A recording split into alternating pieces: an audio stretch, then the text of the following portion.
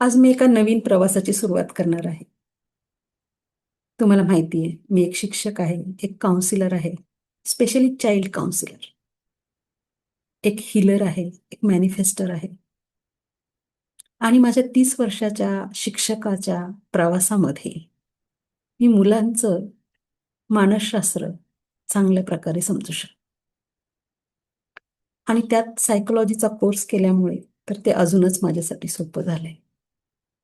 आता झालंय कसं, आत्ता जो चॅनेल आहे, तो चॅनेल आहे लाईफ कोच म्हणून. पण तरीही मुलांसाठी ज्या गोष्टी आहेत त्याही मी त्याच्यामध्ये सांगत असते. परंतु आता एक नवीन प्रवास म्हणून मुलांचं चॅनेल वेगळं करावं असं मला फार वाटायला लागले, की ज्याच्यामध्ये पालकांना आणि मुलांना सुद्धा काय काय सांगता येईल आणि त्यांच्या दैनंदिन बाबींमध्ये काउन्सिलर म्हणून त्या सर्व बाबींचा विचार कसा करता येईल हे त्या चॅनेलवर सांगणार आहे. आणि म्हणून मी आता म्हटलंय, की मी एका नवीन प्रवासाला सुरुवात करत आहे आणि त्याचा नक्कीच सगळ्यांना फार उपयोग होणार आहे. तुम्हाला माहिती आहे का, आपल्या महाराष्ट्राचं लाडकं दैवत शिवराय, शिवाजी महाराज, शिवबा. लहानपणी शिवबा होते.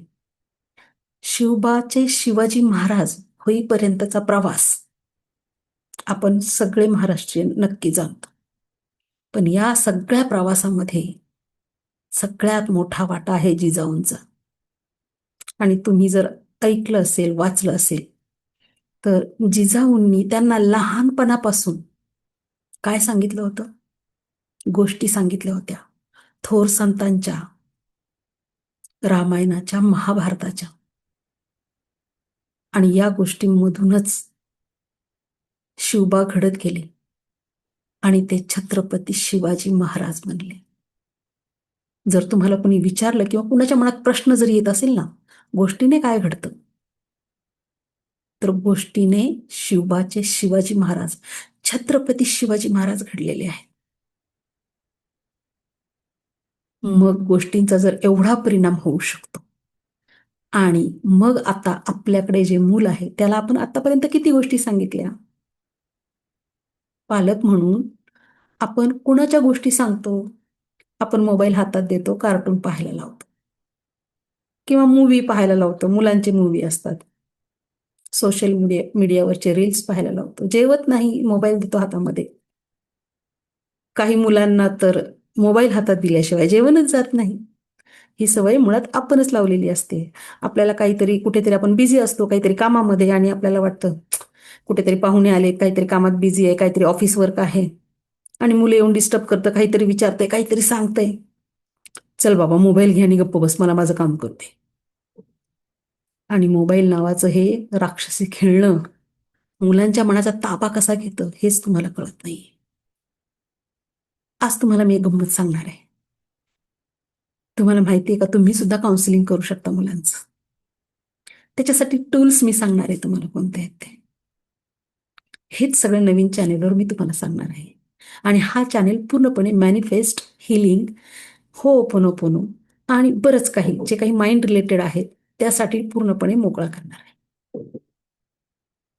तर आपल्या या नवीन चॅनेलवर मुलांचं आणि पालकांचं खास वेगळ्या पद्धतीने वेगवेगळे सेशन्स होणार आहेत. त्याच्यामध्ये मुलांना गोष्टी सांगणार आहेत. अधूनमधून पालकांना सुद्धा काउन्सिलिंग रिलेटेड गोष्टी सांगण्यात येणार आहेत. मुलं पहा, चित्रपट पाहतात. तुम्ही सहज सहज मुलांना चित्रपट दाखवता. मुलं कार्टून पाहतात.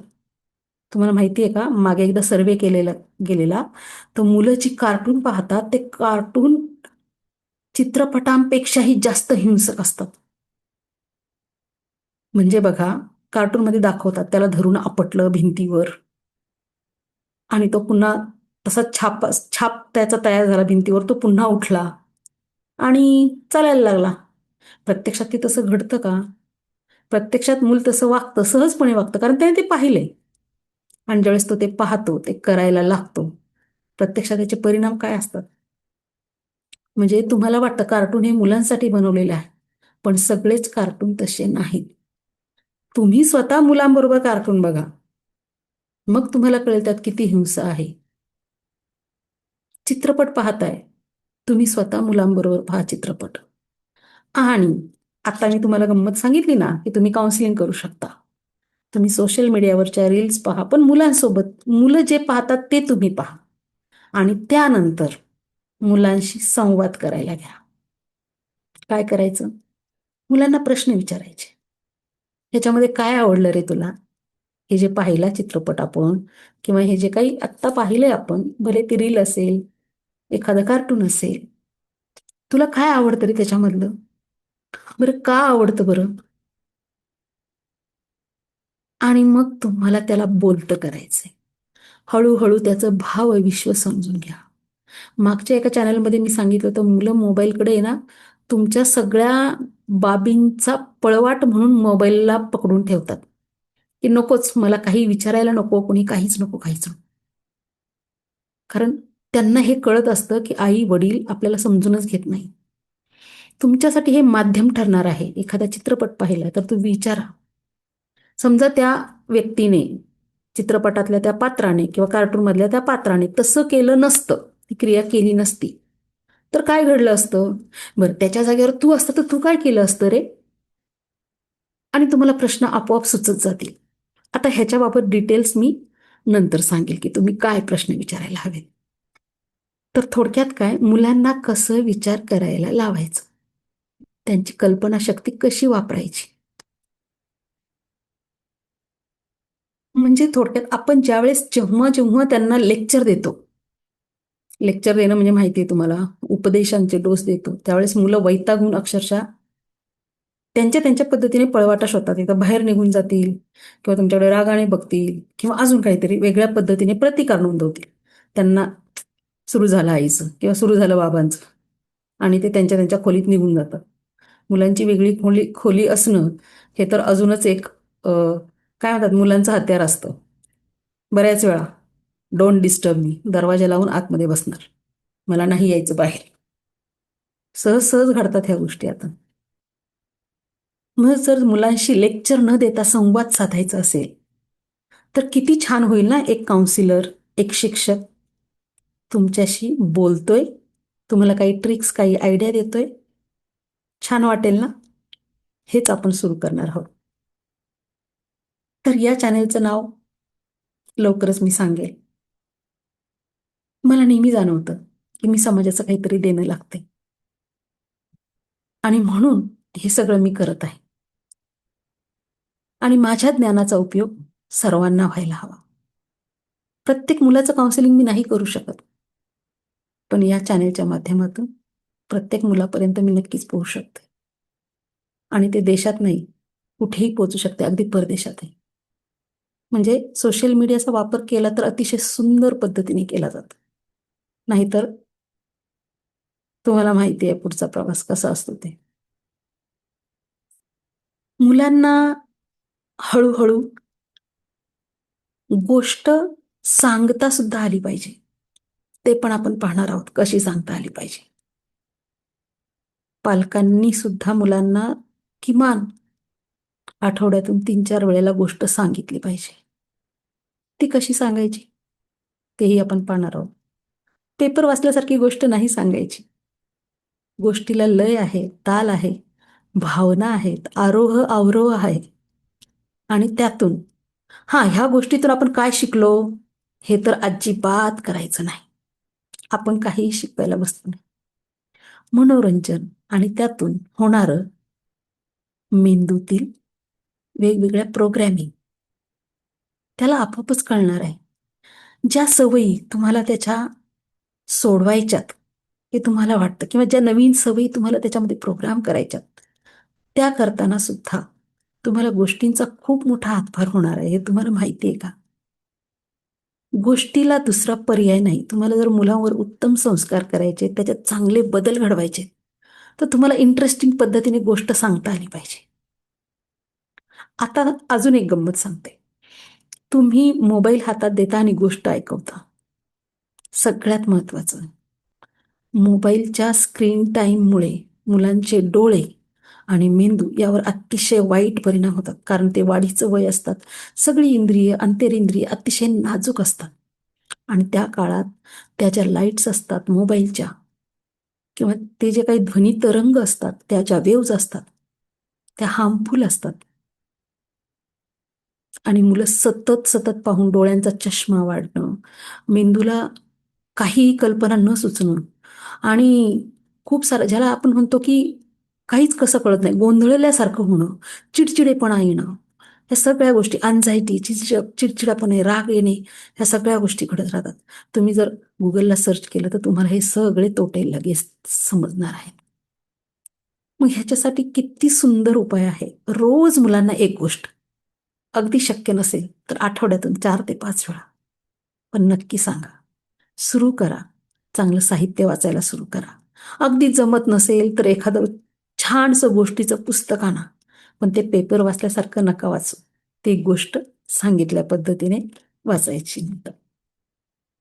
मुलांना गोष्ट फील झाली पाहिजे. डोळ्यांसमोर चित्र उभं झालं पाहिजे. याचा खूप फायदा होतोय मुलांना. पुढे त्यांना मॅनिफेस्ट करताना, स्वतःचं ड्रीम लाईफ मॅनिफेस्ट करताना त्याचा उपयोग होणार आहे. नाहीतर मुलांची कल्पना शक्तीच हल्ली हरवत चालल्यासारखं झालेलं आहे. सगळं रेडीमेड मिळत आहे.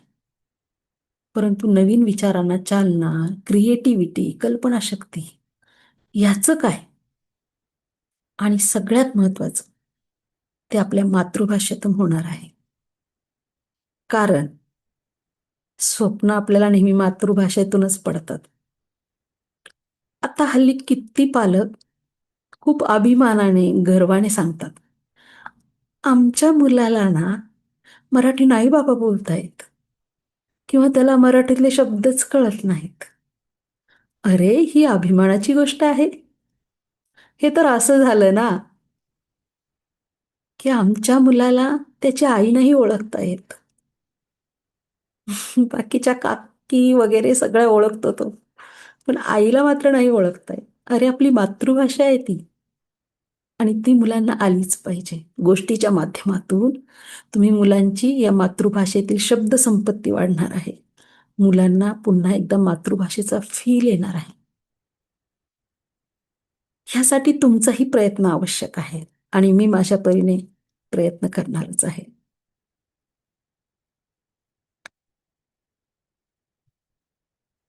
मुलांनी स्क्रीन टाईम टाळून फक्त गोष्ट ऐकायची आहे. मी ज्या गोष्टी सुरू करणार आहे सांगायला, याच्यामध्ये तुम्ही मुलांना स्क्रीन अजिबात दाखवायची नाही. त्यासाठीच ही गोष्ट आहे किंवा ह्या गोष्टी असणार आहेत. कारण आतापर्यंत तुम्ही मोबाईल हातात देऊन गोष्ट ऐकलेली आहे त्यांना. मोबाईल न पाहता डोळ्यासमोर चित्र उभं करणं त्या गोष्टीचं आणि त्याच्यामध्ये हरवून जाणं, याचा आनंद जर आपली पिढी किंवा मागची पिढी यांनी आजीच्या मांडीवर डोकं ठेवून गोष्टी किती रंजकपणे ऐकल्या असतील हे आठवा आणि त्या गोष्टी ऐकता ऐकता तुम्ही छान झोपी गेलेले असतील हेही आठवा. मी शिक्षक असताना मुलांना नेहमी गोष्टींमध्ये गुंतवून ठेवलेलं आहे. आणि अजून एक मी केलेलं त्या काळामध्ये, माझ्याकडे साधारणतः 12-13 वर्षाचा वयोगट असेल त्यावेळेस. मुलांनी छानसा एक चित्रपट पाहिला होता मराठीतला.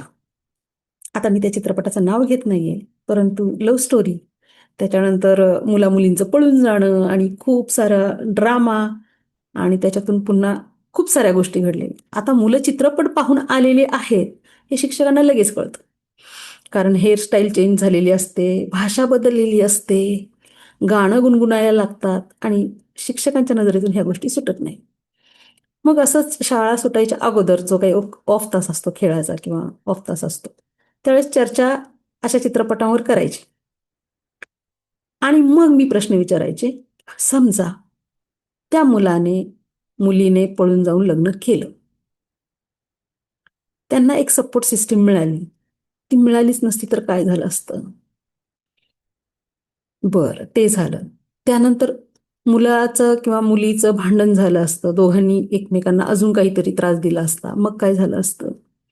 किंवा दोघं एकटे पाहून तिसऱ्या व्यक्तीने अजून काहीतरी भयंकर त्रास दिला असता. मग काय झालं असतं?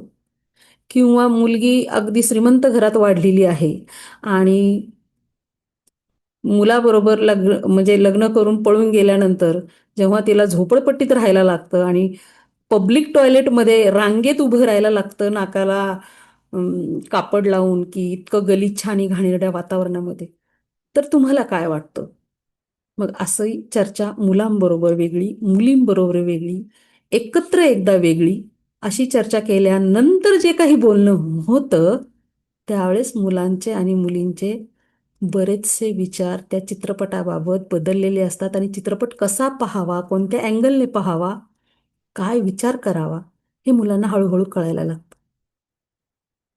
अशीच एक काउन्सिलिंगसाठी मुलगी आलेली होती माझ्याकडे आणि वय साधारणतः चौथीला, म्हणजे साधारणतः 9-10 वर्षाची मुलगी. ती म्हणायची, "मला ना भूतांची खूप भीती वाटते." म्हटलं, "कशी काय? कुठं पाहिलं तू भूत?" मला म्हणली, "मॅडम, मी ना गोष्टीमध्ये कुठेतरी ऐकलं होतं, भूतांची भीती वाटते." नाही, गोष्टीमध्ये नाही. एका रीलमध्ये पाहिलं. एका रीलमध्ये मी पाहिलं, की ते पांढरं वगैरे काहीतरी घालून आलं आणि हे आणि ते. असं काहीतरी वेगळंच, की मुलं घाबरू शकतील असं. मग तिला सांगितलं, की "बाळा, आपण चित्रपट पाहतो. बरं, ते रील शूटिंग करणारं कोणीतरी असतील की नाही?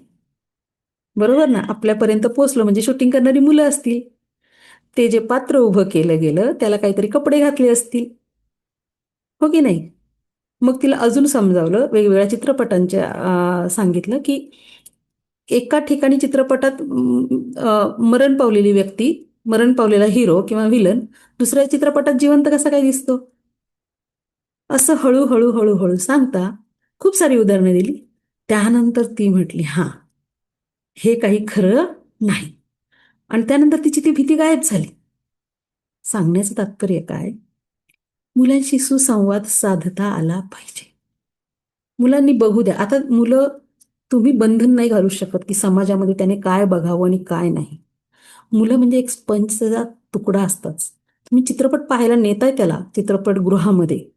स्पंजसारखं तो काय टिपून घेईल त्यातलं, काय शोषून घेईल, काय सक करून घेईल, हे तुम्हाला माहीत नाही.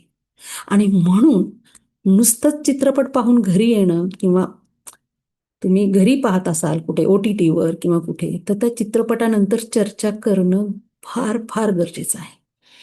नाहीतर मूल त्याच्या त्याच्या पद्धतीने काहीतरी घेतं मनामध्ये आणि तसंच त्याच्यामध्ये आदर्श तयार होतो, की त्याने जे पाहिलं, जे त्याला आवडलं प्रचंड, तोच त्याला आदर्श वाटायला लागतो. आणि त्याचप्रमाणे वागायला जेव्हा समाजात सुरुवात होते, तेव्हा त्याचे परिणाम फार वेगळे असतात. हे तुम्हालाही माहिती आहे. आणि म्हणून मी म्हणते, की तुम्ही सुद्धा काउन्सिलिंग करू शकता. तुमच्यासाठी एक छानसं टूल्स हे दिलेले आहेत. चित्रपट, अजून एक आहे. चित्र काढतात मुलं. खूप छान चित्र काढतात. त्या चित्रांमध्ये चित्र वाचायला शिका त्याचं. त्याला प्रश्न विचारा, "हे चित्रात कोण आहे?" बऱ्याच वेळा मुलांची जे अगतिकता आहे किंवा मुलांना जे काही वाटतं ना, ते चित्रातून व्यक्त होतं. बाबांशी पटत नाहीये. मग बाबांना चित्रामध्ये लांब उभं केलेलं असतं. छोटे-छोटे बारकावे असतात, नोटीस करायला शिका. किंवा भुबू असतो एखादा. घरात कुत्रा नाही, पण हा भुबू कुठून आला? मला आवडतो. खूप साऱ्या गोष्टी असतात. मुलांशी बोलायला शिका. त्यांना बोलतं करायला शिका. नुसते उपदेशाचे डोस देऊन काहीही उपयोग होणार नाही. आणि मग मुलं कुणाचं ऐकतील? जे काहीही सांगतील, त्यांचं कुणाचंही काही ऐकून त्यांच्यावर प्रभाव पडणार आहे, की जो आपल्याला नको आहे. आपल्याला चांगला प्रभाव त्याच्यावर पडणाऱ्या गोष्टी त्याच्या आयुष्यात त्याला घडवायला हवेत आणि त्याचे सुंदर अनुभव तुम्ही द्यायला हवेत.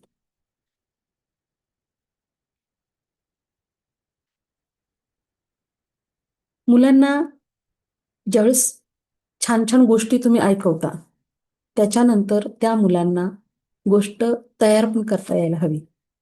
म्हणजे आपोआपच तयार करतात मुलं. तुम्ही एक ओळ दिली ना, पुढची ओळ ते तयार करतात. म्हणजे गोष्ट ही काही आकाशातून पडलेली बाब नाहीये.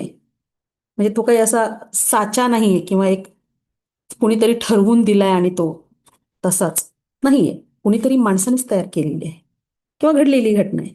तसं पाहिलं तर प्रत्येक माणूस हा एक एक प्रकारची गोष्टच असतो किंवा एक कादंबरी असतो प्रत्येक माणूस, त्याचं आयुष्य. फक्त ते डोळसपणे आपण पाहायला पाहिजे. आता सर्वात महत्वाचं, जेव्हा जेव्हा मुलांशी संवाद साधता, तेव्हा तेव्हा आहे ना, त्यांना ही जाणीव होऊ द्या, की तुम्ही जे काही करताय ना, ते तुमच्या अ, खूप केअरिंगसाठी किंवा खूप काळजीपोटी किंवा तुमच्या चांगल्यासाठी. त्यांना हे नाही जाणीव झाली पाहिजे, की मला आता काहीतरी शिकवायला सुरू केलेलं आहे काहीतरी, किंवा काहीतरी ह्याच्यातून लेक्चर सुरू होणार आहे. हे नाही जाणवलं पाहिजे. म्हणजेच अगोदर मुलांशी खूप छान बॉन्डिंग करा. आता ते तुमचं स्किल आहे. पण माझ्या चॅनलची तुम्हाला नक्कीच मदत होणार आहे.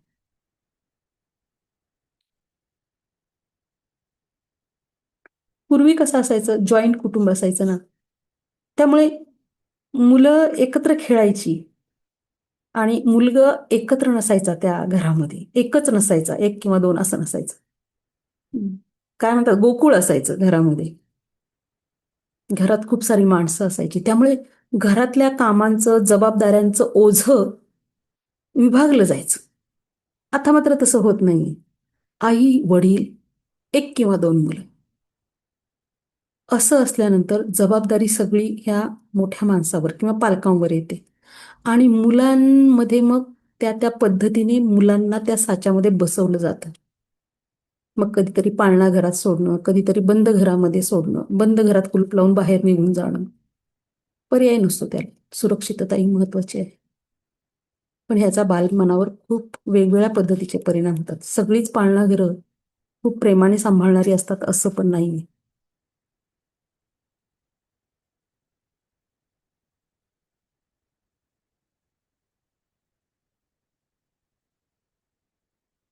बरं, हे सगळं शहरात आहे असं पण नाही हां. म्हणजे गावात सुद्धा ह्या गोष्टीचं लोण केव्हाच पोहोचलंय. आपल्याला वाटतं शहरातच हे प्रकार आहेत. गावातली मुलं सुद्धा सर्रास मोबाईलवर आणि रील्स पाहत बसलेली आहेत. का तर त्यांच्या मेंदूंना खाद्य द्यायला घरात कुणीच नाहीये. त्यांना रमवणारं, रंजक पद्धतीने सांगणारं, त्यांना खेळवणारं. तुम्ही विचार करा, मुलांना कोणते पालक आवडतील बरं? सतत उपदेश देणारे पालक आवडतील किंवा सतत काम करताना दिसणारे पालक आवडतील?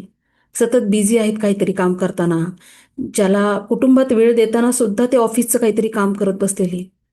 असं चित्र मुलांना आवडेल किंवा असे पालक आवडतील, की आपल्याबरोबर पालक खेळतायत, गोष्ट सांगतायत, बाहेर फिरायला घेऊन जातायत मला. बाहेर म्हणजे कुठेतरी फेरफटका मारायला, बागेत घेऊन जातायत. काहीतरी छान-छान माहिती देतायत. दुकानाची माहिती, पोस्ट ऑफिसची माहिती, बँकेची माहिती, सहज-सहज गप्पांमधून. म्हणजे तुम्ही संवाद साधत आहात त्याच्याशी. हे जेव्हा मुलांना कळतं, त्यावेळेस बघा तुमचं नातं खूप छान होतं. म्हणजे मुलांना कळतं. आपल्याला वाटतं हां, मुलांना काय कळतंय? लहान आहे तो अजून. नाही, मुलांना सगळं कळत असतं. ते निरीक्षण करत असतात आणि सतत काहीतरी टिपत असतात तुमच्यामध्ये. आणि तुम्ही काय करता म्हणजे पालक म्हणून आपण काय करत असतो?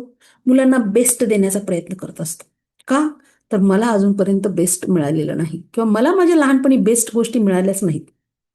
म्हणून मुलांनी शब्द टाकायच्या आत आपण बेस्ट गोष्टी त्यांच्यासाठी हजर करतो. महागातल्या महाग गोष्टी, अगदी कर्ज काढून सुद्धा. पण हे खरंच गरजेचं आहे का? याचा विचार करा.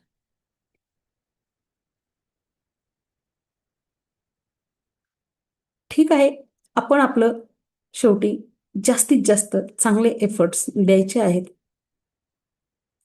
चांगला सुजाण नागरिक घडवण्यासाठी.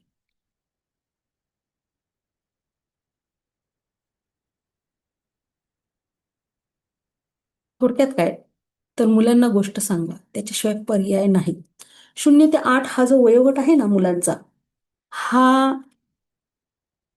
जवळ-जवळ 90% विकसित झालेला असतो आणि तो इतका सेन्सिटिव्ह असतो, की खूप साऱ्या गोष्टी त्या काळात तो शिकत असतो.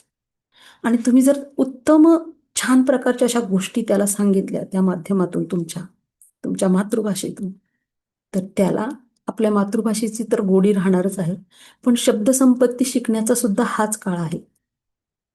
आणि लहान मुलावर जेवढं उत्तम प्रकारे संस्कार करता येतात, तसं नंतर मोठी मुलं झाल्यानंतर तुम्ही जर त्यांच्यावर काही चांगल्या सवयी आणण्याचा प्रयत्न करू लागला तर मात्र अवघड जात. म्हणतात ना, ते ओली काठी आहे तोपर्यंतच वळते. ती एक जुनी म्हण आहे की जोपर्यंत ते लहान आहे तोपर्यंतच त्याला आकार दिला तर ते समजून घेतं आणि ते त्या पद्धतीने वागायला सुरू करतं. तुम्हाला आपले शास्त्रज्ञ माहिती असतील, अल्बर्ट आइन्स्टाईन थोर शास्त्रज्ञ आहे. त्यांचा एक कोट मी वाचते. If you want your children intelligent,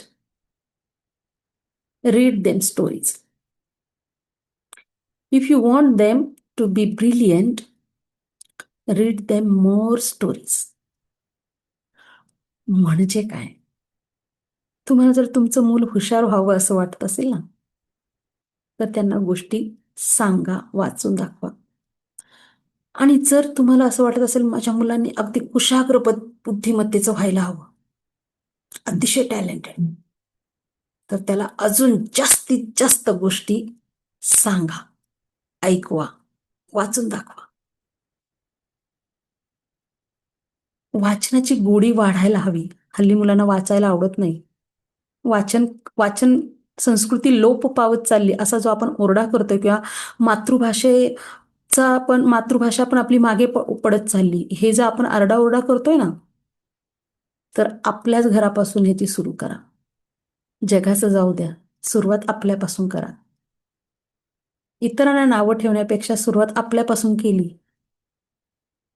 तर तुम्हाला ते बोलण्याचा अधिकार आहे, अन्यथा नाही. मगाशी सांगितल्याप्रमाणे की पालकांना जो काही अभिमान असतो ना, की माझ्या मुलाला मराठी बोलता येत नाही, कौतुकाने आलेल्या पाहुण्यांना सांगतात आपण महाराष्ट्रात राहतो, आपली मातृभाषा मराठी आहे, आणि असं कौतुक किंवा असा अभिमान येतो कुठून, हा मला कायम प्रश्न पडतो. या संदर्भात मला आत्ताचा एक नवीन चित्रपट आलेला आहे, क्रांतिज्योती विद्यालय. खूप सुंदर चित्रपट आहे आणि खऱ्या अर्थाने मराठी भाषा जिचं आत्ता दुय्यम स्थान होऊ पाहतंय, मराठी शाळा, मराठी भाषा, मराठीतून बोलणं कमीपणाचं होतंय, की समोर कोणी म्हणजे दुसऱ्या राज्यातून आलेला माणूस असेल तर आपण लगेच त्यांच्याशी त्यांच्या पद्धतीने बोलायला सुरू करतो. प्रत्यक्षात त्यांनी आपल्या पद्धतीने बोलायला हवं ना, त्यांनी मराठी शिकायला हवं. तर आपण मात्र त्यांच्या सोयीने बोलू पाहतो आणि परत आपणच अपराध भावना आपल्या मनात येते, अरे मला हिंदी नाही चांगलं बोलता येत, आमची हिंदी ना मग अशी तशीच आहे. का हा अपराध भाव येतो आपल्यामध्ये, किंवा ज्याला गिल्ट म्हणतात, का येतो? अरे स्वाभिमानाने अभिमानाने आपण त्यांच्याशी मराठीत बोलायला पाहिजे. आपली भाषा आहे ती, आपली मातृभाषा आहे. आपण नाही बोलणार तर कोण बोलणार? आपणच बोलायला पाहिजे आणि आपण मुलांना सुद्धा बोलवायला शिकलं पाहिजे.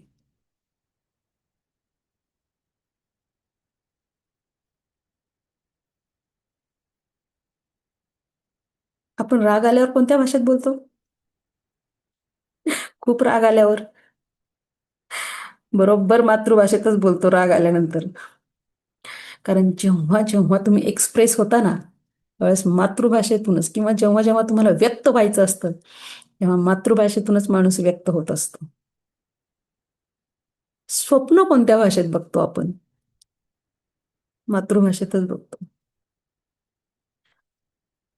आज आपण पाहिलं चित्रांची भाषा, गोष्टीची भाषा, स्वप्नांची भाषा, व्यक्त होण्याची भाषा. तर थोडक्यात काय, एक उत्तम साधन मी तुम्हाला सांगितले. तुम्ही सुद्धा तुमच्या मुलाचं काउन्सिलिंग करू शकता. मुलांना छान छान गोष्टी वाचून दाखवा, मुलांना पेपर सुद्धा वाचून दाखवा. पण पेपरमध्ये खूप साऱ्या गोष्टी निगेटिव्ह असतात, त्यामुळे पेपर टाळलेला बरा. मुलांसाठी तर तो काहीच उपयोगाचा नाही. हा फक्त शब्दसंपत्ती वाढवण्यासाठी, पण नकोच तो, हो की नाही? कारण त्याच्यामध्ये असे काहीतरी शब्द असतात की आपण मुलांना ते स्पष्टीकरण सुद्धा देऊ शकत नाही त्या शब्दांचं. मुलांना एक बोर्ड द्या. बोर्ड म्हणजे भिंतीला एक बोर्ड द्या, किंवा भिंतीवर अशी एक जागा द्या की एक छोटी चौकट करून, किंवा एक छोटासा बोर्ड तुमच्या सोयीने, की इथे तुला हवं ते तू लिहू शकतो. आपण म्हणतो मुलांनी काय गिचमिडी करून ठेवली, काय रेघोट्या ओढते ह्याच्यालाच कळत नाही. पण त्याच्या रेघोट्याला सुद्धा अर्थ असतो त्याच्या लेखी. त्याची एक रेघ ही कदाचित त्याची मम्मी असू शकते, ही रेघ म्हणजे मम्मी असू शकतं. म्हणजेच त्याचं व्यक्त होण्याचं ते साधन आहे, त्यामुळे त्याला व्यक्त होऊ द्या. घरातली भिंत एक घाण झाली, पूर्ण भिंत नव्हे, तिचा एक छोटासा कोपरा घाण झाली तरीही हरकत नाही. त्या खराब झालेल्या भिंतीतून जर तुमच्या मुलाचा व्यक्तिमत्व विकास होत असेल, तर मला वाटतं भिंत घाण झाली तरीही चालेल. शेवटी काय, मुलगा काय किंवा मूल तुमचं, मुलगी मुलगा काय असेल ते क्रिएटिव्ह व्हायला पाहिजे, आनंदी राहायला पाहिजे, खुश राहायला पाहिजे. तुमचं आणि त्यांचं बॉन्डिंग छान व्हायला पाहिजे. कधी कधी त्याने काहीही न बोलता सुद्धा तुम्ही त्याला समजून घेतलं पाहिजे आणि तुम्ही सुद्धा शांत राहिलात तर मुलाला कळायला हवं की आज आई किंवा बाबा शांत का आहेत. मुलांना जन्मता कधीच भीती नसते खरं तर. आपण त्यांच्या मनात भीती निर्माण करतो, आपण त्यांच्या मनात तुलना निर्माण करतो. त्यांना तुलना पण नसते माहिती, आपण तुलना निर्माण करतो. 1 नंबर 2 नंबर, पर्सेंटेज, टक्केवारी, सगळ्या मानवनिर्मित गोष्टी नैसर्गिक पद्धतीने त्यांना आपण जगूच देत नाही, फुलवत नाही त्यांना. सकाळी उठलं की कधी कधी काहीतरी मुलं झोपेतच शॉवर खाली धरणार, त्याची झोप पण पूर्ण होत नाही, त्याला त्याच्या स्कूलच्या गाडीमध्ये बसवणार, सोडणार. कधी कधी ती स्कूल बसमधून जाणार, त्याला कधी कधी 1-1.5 तास ती स्कूल किंवा ती शाळा एवढी लांब असते की 1-1.5 तास तो प्रवासात जाणार. काय त्या मुलाचं म्हणजे झोप पूर्ण नाही, प्रवासात विनाकारण वेळ, प्रदूषणात वेळ जातोय, जाताना येताना जी काही प्रवासाची त्याची एनर्जी आहे ती त्या प्रवासामध्ये जाते. एवढं करून आपल्याला काय अपेक्षित मिळतं? शक्यतो मुलाला घराजवळची शाळा निवडा, कारण हे मुलाचे खरं तर हालच आहेत. एवढा लांबचा प्रवास आणि तिथून पुढे पुन्हा होमवर्क आहे, पुन्हा ट्युशन आहे, पुन्हा तुम्ही एक्स्ट्रा ॲक्टिव्हिटी पाहिजेत. कारण आपल्या मुलाला आपण सुपर ह्युमन बिईंग करण्याच्या प्रयत्नात आहोत. त्याला सगळं आलं पाहिजे, हा आपला अट्टाहास असतो. तो करेल हे सगळं, फक्त त्याला समजून घ्या. थोडक्यात काय तर मला आज हेच सांगायचं तुम्हाला की आपण एका नवीन प्रवासाला सुरुवात करणार आहोत आणि त्या चॅनेलवर पालकांसाठी आणि मुलांसाठी खूप साऱ्या बाबी यांची चर्चा होणार आहे, सांगितल्या जाणार आहेत, गोष्टी असणार आहेत, काउन्सिलिंग असणार आहे. पक्षी, कीटक, पशु, पक्षी जे काय आहे किंवा प्रेरणादायी गोष्टी असणार आहेत, निसर्गावर आधारित गोष्ट असणार आहेत, सायन्सवर आधारित गोष्टी असणार आहेत. थोडक्यात काय, ह्या मनाच्या त्या मनाच्याच गोष्टी असणार आहेत. सुखी माणसाचं बालपण काय असतं माहितीये, म्हणजे एखादा माणूस सुखी असतो ना, तेव्हा त्याचं बालपण खूप सुखात गेलेलं असतं आणि ते बालपण सुखी करण्यासाठी जर माझा खारीचा वाटा मी उचलत असेल तर मला खूप आनंद होईल त्याचा. आणि होतोय, म्हणजे आनंद खरंच खूप होतोय की हे आपल्या हातून उत्तम काम घडत आहे. फक्त त्याच्यामध्ये तुमची साथ हवी आहे. खरं सांगू का, हे आनंदाचं झाड मीच माझ्यासाठी लावलेलं आहे, कारण ह्यातून मला खूप आनंद मिळतोय. पण फुलं तुमच्या परसात पडणार आहेत आणि सर्वांना त्याचा आनंदरूपी सुगंध मिळणार आहे. तुमच्या मुलांमध्ये, तुमच्यामध्ये सुंदर असं बॉन्डिंग, छान असं सुसंवादाचं नातं तयार झालं तर त्याच्यासारखा आनंद मलाच. तर ठीक आहे, आपण भेटणार आहोत पुढच्या वेगळ्या प्रवासामध्ये, वेगळ्या चॅनेलमध्ये. तोपर्यंत असेच हसत राहा, चॅनल सबस्क्राईब करा. मी तुमच्यासाठी काहीतरी करते. सबस्क्रिप्शन फुकट आहे. लाईक करा.